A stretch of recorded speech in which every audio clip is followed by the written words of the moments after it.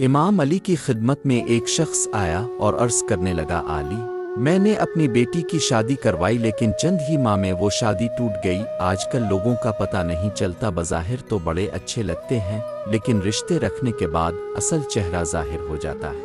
کیا کوئی ایسا عمل نہیں جس سے ہم شادی سے پہلے یہ دیکھ سکیں کہ یہ لڑکی یا لڑکا شادی کرنے کے قابل ہے یا نہیں؟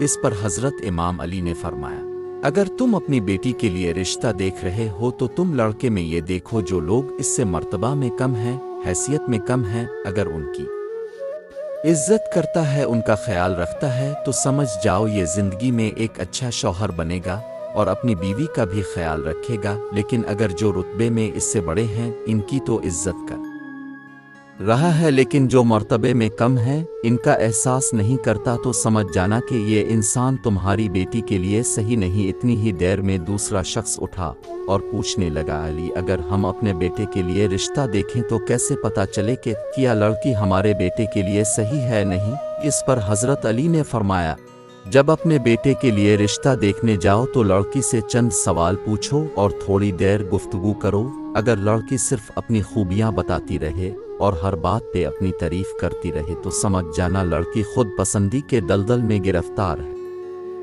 لیکن اگر لڑکی اپنے گھر والوں کی بات کرے، اپنے والدین کی بات کرے تو وہ لڑکی آنے والے وقت میں کسی بھی انسان کے لیے اچھی بیوی ثابت ہو سکتی ہے۔ اور اگر کوئی انسان ان دونوں اعمال کے بعد بھی گھبرانے لگے اور فیصلہ نہ کر سکے تو وہ گھر آ کے 27 مرتبہ سورۃ کوثر پڑھے اور سو جائے۔ اگر خواب میں خوشحالی آ، وہ لڑکا اچھے لباس میں نظر آئے، وہ لڑکی اچھے لباس میں نظر آئے تو وہ انسان سمجھ جائے کہ یہ رشتہ مبارک ثابت ہوگا۔ لیکن اگر خواب میں آگ، شیطانی مناظر، خون، اس لڑکی اور لڑکے کا خراب روپ دیکھے تو پھر وہ رشتہ بہتر ثابت نہیں ہوگا۔